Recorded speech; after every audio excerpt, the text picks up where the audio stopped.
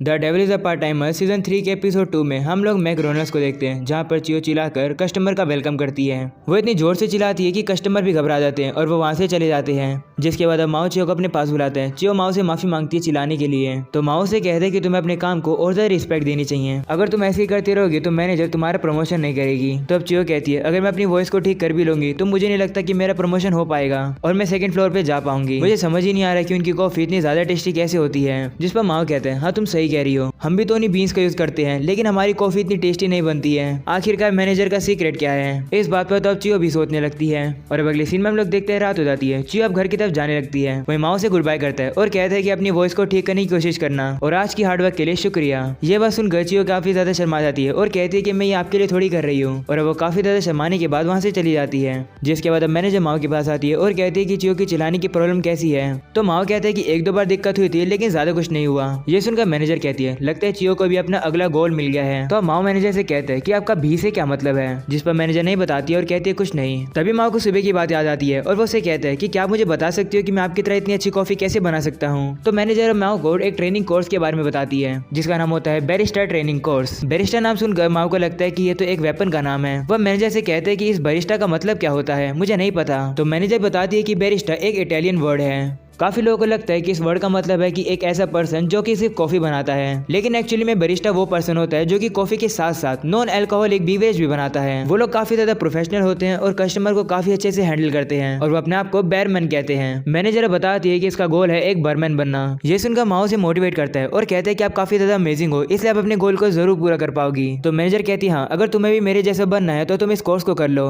तुम्हारे पास तो एक शिफ्ट मैनेजर का एक्सपीरियंस भी है, तुम इस कोर्स को काफी अच्छे से कर लोगे। ये सुनकर माओ थोड़ा सा सोच पड़ जाता है। और अब अगले सीन में लोग देखते हैं माओ घर पर आता है और आशिया से कहते हैं कि क्या सुजुनो अभी तक जागी हुई है? तो आशिया बताते हैं, हाँ चियो भी आई हुई है, मुझे लगता है कि वो लोग वापस से ट्रेनिंग कर रहे हैं। तो माओ कहते हैं कि आधी रात होने वाली है और ये लोग अब भी ट्रेनिंग कर रहे हैं। वह सुजुनो के घर पर जाता है और पूछते हैं कि क्या चियो यहाँ पर है? तो सुजुनो बाहर आती है और उसे कहती है कि तुम उसकी चिंता क्यों कर रहे हो, तुम उसके गार्डियन हो क्या? चियो की मॉम ने उसे आज रात यहाँ पर रहने की परमिशन दे दी है। तभी चियो भी वहाँ पर आती है और माओ को कहती है, हाँ मेरी मॉम ने परमिशन दे दी है। तो माओ कहता है ठीक है, फिर बस अपने आप को ज्यादा थका मत देना। ये सुनकर चियो थोड़ी शर्मा जाती है और कहती है ठीक है। मैं सुजुनो माओ से कहती है कि तुम्हें इसकी चिंता करने की जरूरत नहीं है, मैं इसका अच्छे से ख्याल रखूंगी। और वैसे भी ट्रेनिंग पूरी हो गई है, हम लोग गर्ल्स टॉक कर रहे हैं, इसलिए तुम्हारी जरूरत नहीं है, जाओ यहाँ से। ऐसा बोलने के बाद सुजुनो गेट बंद कर देती है। जिसके बाद माओ अपने रूम में वापस आता है। वो कहने लगता है कि डेली लाइफ एक कितना अनलकी फ्रेज है। माओ को इतना दुखी देखकर उरुशिरा उसे कहते हैं कि तुम्हें क्या हुआ? तो माओ कहते हैं कुछ नहीं, मैं तो बस ये सोच रहा था कि तुम्हारे पता लगने से पहले ही लोग कितनी जल्दी चेंज हो जाते हैं। मेरे ख्याल से डेली लाइफ का ये मतलब नहीं है कि सेम लाइफ को हर दिन जीना, इसका ये मतलब है कि समय तो अपने इनविजिबल पेस पर चलता रहेगा। ये सब सुनकर उरुशिरा कहता है कि तुम ये सब क्या कह रहे हो, कहीं तुम पागल तो नहीं हो गए हो? तुम्हें नहीं लगता कि इसीलिए तो लाइफ मजेदार है, अगर इसमें गड़बड़ हो जाएगी तो कुछ भी नहीं बदल पाओगे। तभी आशा वहाँ पर आ जाता है और कहते हैं कि अगर लाइफ मजेदार है तो तुम कुछ काम क्यों नहीं करते हो? तब उरुशिरा फंस जाता है। वो उसे कहते हैं नहीं, डेली रूटीन को चेंज करना इतना ज्यादा भी इंपॉर्टेंट नहीं है। और अब अगली तरह हम लोग सुजुनो को देखते हैं, जो कि चियो की तारीफ कर रही होती है। उसे कहते हैं कि मैंने नहीं सोचा था कि तुम एक ही हफ्ते में इतनी ज्यादा स्टेबली एक्टिव हो जाओगी, तुम्हारा एप्टीट्यूड काफी अच्छा है। अगर तुम्हारा जन्म एंटी इस्लाम में हुआ होता तो तुम एक काफी अच्छी कैलेस्टियल होती। अपनी तारीफ सुनकर चियो काफी ज्यादा शर्माने लगती है और कहती है कि मेरी एक सेल्फिश विश है, मैं चाहती हूँ कि तुम सभी लोग इस एंटी इस्लाम और बाकी सारी चीजों के बारे में भूल जाओ और मजे से अपनी लाइफ को यहाँ पर एंजॉय करते रहो। ऐसे तो तभी हो सकता है जब हम सभी लोगों की दोस्ती काफी अच्छी होगी, लेकिन पता नहीं क्यों लगता है कि हाल फिलहाल में एमिलिया को किसी चीज की दिक्कत हो गई है। ऐसा लग रहा है कि वो माओ को अब अलग तरीके से ट्रीट कर रही है। तो सुजुनो कहती है कि ऐसे तो होगा ही, क्योंकि एमिलिया को लगता था कि माओ ने उसके फादर को मारा है, इसलिए वो उससे बदला लेना चाहती थी। लेकिन एमिलिया को पता चला कि उसके फादर तो अभी जिंदा है। इतने समय से बदला लेने की उम्मीद और हीरो होने की ड्यूटी एमिलिया को जोश में रखती थी,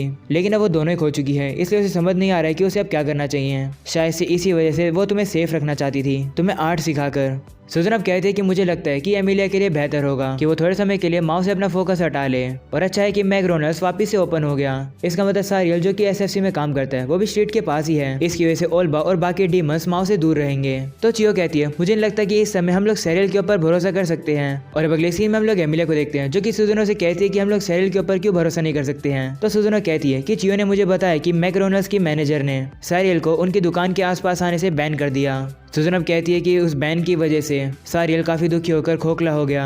चलो फिर भी हम लोग यहाँ पर उसका वेट करते हैं। मुझे लगता है कि वो आसपास ही है क्योंकि मैं उसकी हल्की सी प्रेजेंस फील कर पा रही हूँ। तभी हम लोग देखते हैं वहाँ पर सारियल आ जाता है जो कि काफी ज्यादा दुखी और काफी कमजोर लग रहा होता है। उसे देखकर एमिलिया और सुजन बिलीव ही नहीं कर पाते हैं कि ये पुराने वाला सैरियल है। और अगले सीन में हम लोग देखते हैं वो लोग सैरियल के अपार्टमेंट तक उसका पीछा करते हैं। तभी उन लोगों की नजर आती है। वो देखते हैं कि मैक्रोनस की मैनेजर तो एक शॉप से बाहर निकल कर जा रही है और अब अचानक से सैरियल को उस मैनेजर की स्मेल आ जाती है और वो पागल हो जाता है। वो उस मैनेजर को ढूंढने लगता है। तभी उसे सुजन मिलती है। वो सुजन का गला पकड़ लेता है और इसे पूछते कि क्या गोडेस मैनेजर यहीं पर थी। तब एमिलिया सैरियल का गला पकड़ लेती है और कहती है कि तो क्या हुआ अगर वो यहाँ पर थी तो सुजन का गला छोड़ दो, नहीं तो मैं पुलिस को बुला लूंगी। वहीं पर ये बात सुनकर सैरियल काफी ज्यादा खुश हो जाता है कि वो मैनेजर थोड़े समय पहले यहीं पर थी। वह अजीब हरकतें करने लगता है, इसलिए एमिलिया उसे छोड़ देती है और वो जमीन पर गिर जाता है। एमिलिया परेशान हो जाती है और कहती है कि मुझे माँ को बचाने के लिए इतना सब कुछ क्यों करना पड़ता है। वहीं अगले सीन में हम लोग चियो को देखते हैं जो कि बैठकर सुजन की बात याद कर रही होती है जो कि उसने एमिलिया के बारे में बताई थी कि एमिलिया समझ नहीं पा रही है कि आगे उसे क्या करना चाहिए। चियो अब कहती है कि मैं जानना चाहती हूँ कि माँ इस बारे में क्या कहना चाहते हैं, मुझे उनसे अकेले में बात करनी होगी। तभी वहाँ पर मैनेजर आ जाती है जो कि उसे कहती है कि तुम्हारे दिमाग में क्या चल रहा है, तुम्हें देखकर लग रहा है कि तुम परेशान हो। ये सुनकर चियो कहती है कि आप देखकर कैसे बता सकती हो।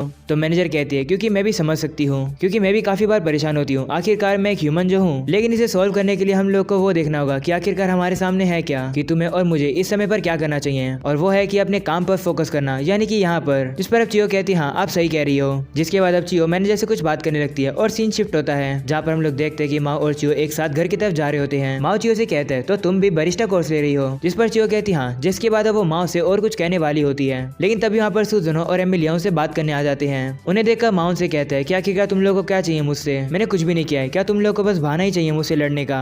ये सुनकर एमिलिया गुस्सा आ जाती है और वो उसे कहती है कि आखिरकार एक हीरो को डीमन किंग के घर पर जाने की क्या जरूरत है, क्या तुम्हें लगता है कि मैं बस बहाना ढूंढती हूँ। तो माओ अब उसकी तरफ जाने लगता है और उसे कहते हैं कि आखिरकार तुम्हें हो क्या गया है, हाल फिलहाल में तुम काफी अजीब बिहेव कर रही हो। ये सुनकर एमिलिया पीछे मुड़ती है और पता लगता है कि वो तो रो रही होती है। उसे रोता देखकर माओ समझ जाता है कि आखिरकार एमिलिया को हो क्या गया है। जिसके बाद माओ एमिलिया से कहते हैं मुझे नहीं लगता है कि ह्यूमन वर्ल्ड मेरे लिए है, वैसे भी काफी सारे डीमंस मेरे वेट कर रहे हैं, इसलिए मुझे कैमियो को बुला लेना चाहिए ताकि वो मुझे यहाँ से ले जाए और फिर उसके बाद मैं दुनिया पर कब्जा कर लूंगा। ये सब सुनकर एमिलिया को लग रहा होता है कि माओ बस मजाक कर रहा है। वही माओ कहता है कि मैंने काफी लाख डीमंस को लीड किया है, आखिरकार मेरे जैसा डेविल आर्मी का लीडर एक ह्यूमन वर्ल्ड को क्यों ही जानना चाहेगा। और एमिलिया तुम भूल तो नहीं रही हो ना कि डीमंस और हीरोज एक दूसरे के दुश्मन होते हैं और इससे पहले कि मैं दुनिया पर कब्जा करूं तुम्हें आकर मुझे मारना होगा।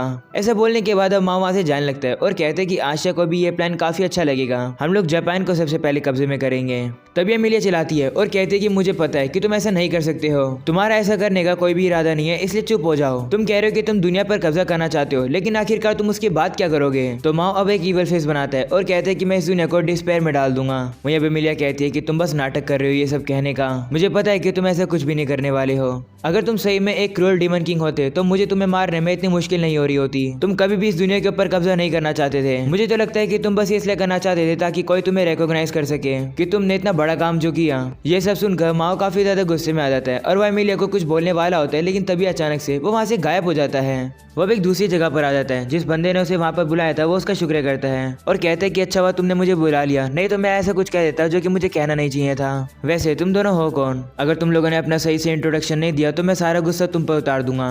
तो बंदा कहता है मेरा नाम है फारफारलो, मैं एक बार मेल ब्रांच का लीडर बना था। ये सुनकर माओ कहते हैं लगा ही था कि तुम एक डीमन हो, तो क्या ये समुराई डॉल भी एक डीमन है? तभी उसमें से आवाज आती है और वो कहता है नहीं मेरा नाम है ईरोन और मैं एक ह्यूमन हूँ। ये सुनकर माओ कहते हैं अच्छा फिर तुम लोगों को मुझसे क्या चाहिए? तो फारफारलो कहता है कि हम लोगों ने एंटी स्लग के स्ट्रॉन्ग पॉइंट यानी ईस्टर्न कॉन्टिनेंट को कैप्चर कर लिया है और हम चाहते हैं कि आप वापिस आकर हमें ज्वाइन करो। तो माओ से कहते नहीं मैं तुम लोगों को नहीं ज्वाइन करना चाहता हूँ, तुम लोग घर जा सकते हो। ये सुनकर फारफारलो पूछता है लेकिन क्यों? वहीं दूसरी तरफ हम लोग एमिलिया को देखते हैं जो कि अपना फोन चेक करती है और उसे पता लगता है कि उसमें तो सिग्नल ही नहीं आ रहा है। वो समझ जाते हैं कि एक डीमन का काम है। जिसके बाद एक पत्थर उठाकर फेंकती है। वो पत्थर ज्यादा दूर तक नहीं जा पाता है, वो एक बैरियर से टकरा जाता है। वो लोग अब समझ जाते हैं कि यहाँ पर एक मैजिकल बैरियर लगा हुआ है। तभी हम लोग देखते हैं वहाँ पर सैरिल आ जाता है जो कि मैनेजर को बचाने आया होता है। उसे देखकर सुजुनो अपने वेपन को बाहर निकाल लेती है और उसके ऊपर काफी जोर से मारती है, जिसकी वजह से सारियल काफी दूर जाकर गिरता है। लेकिन अब वो वापस से खड़ा हो जाता है और पूछता है कि क्या मेरी मैनेजर गोडेस सेफ है? तो सुजुनो से कहती है चिंता मत करो, मैनेजर को कुछ भी नहीं हुआ है। और तभी वो लोग नोटिस करते हैं कि वहाँ से तो चियो भी गायब हो जाती है। ये देखकर एमिलिया कहती है कि आखिरकार एक ऑर्डिनरी बैरियर किसी को डिसअपियर कैसे कर सकता है? तो सारियल उसे कहते हैं कि ये कोई ऑर्डिनरी बैरियर नहीं है, बल्कि ये एक डायमेंशनल फेज शिफ्टर है। जिसके बाद वापस से सीन शिफ्ट होता है। माओ उससे कहने लगता है कि मैंने शिरियाटो को पहले कह दिया था कि मैं वापस नहीं आना चाहता हूँ। तभी हम लोग देखते हैं वहाँ पर चियो भी आ जाती है। चियो को देख माओ काफी शौक होता है और उसे कहते हैं कि तुम यहाँ पर क्या कर रही हो?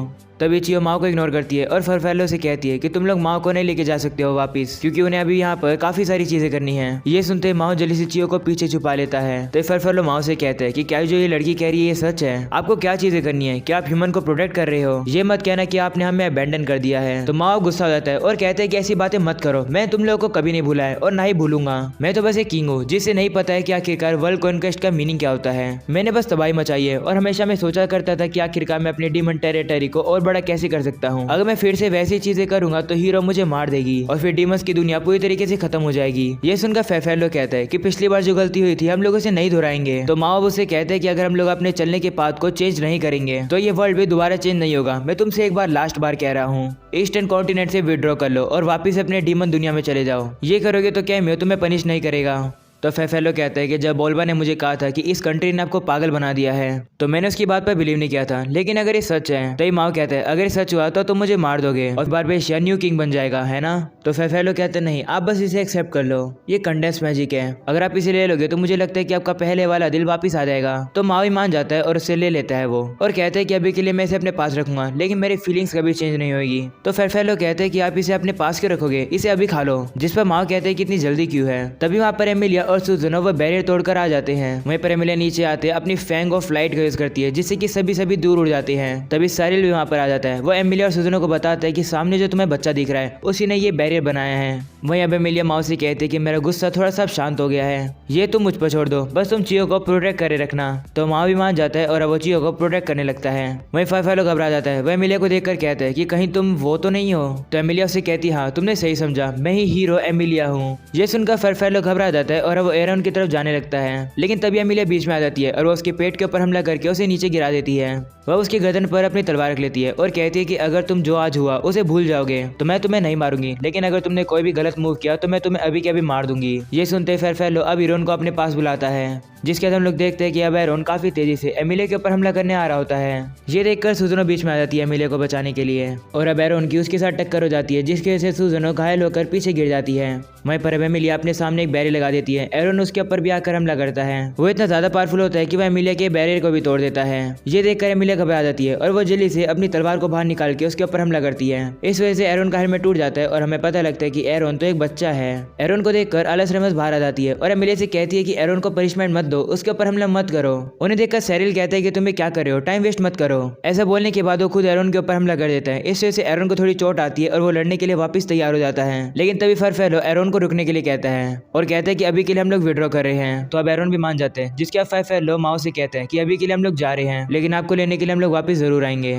ऐसा बोलने के बाद वो वहाँ से चले जाते हैं। भाई माओ सुजुनो से कहता है कि क्या तुम ठीक हो? तो सुजुनो कहती है हड्डी वड्डी तो नहीं टूटी है, लेकिन थोड़ी सी घायल हो गई हूँ मैं। वहीं पर एमिलिया कहने लगती है कि हो सकता है कि वो एरन बिल्कुल एलिस रेमस की तरह है। ये सुनकर सभी लोग काफी ज्यादा शौक हो जाते हैं। वहीं एलिस रेमस कहने लगती है कि मैं यशोद हूँ, वहीं एरन क्या बुरा है। और यहीं पर हो जाता है ये एपिसोड खत्म। पसंद है तो लाइक कर देना, सब्सक्राइब कर देना चैनल को। मिलते हैं अगले एपिसोड में, बाय बाय।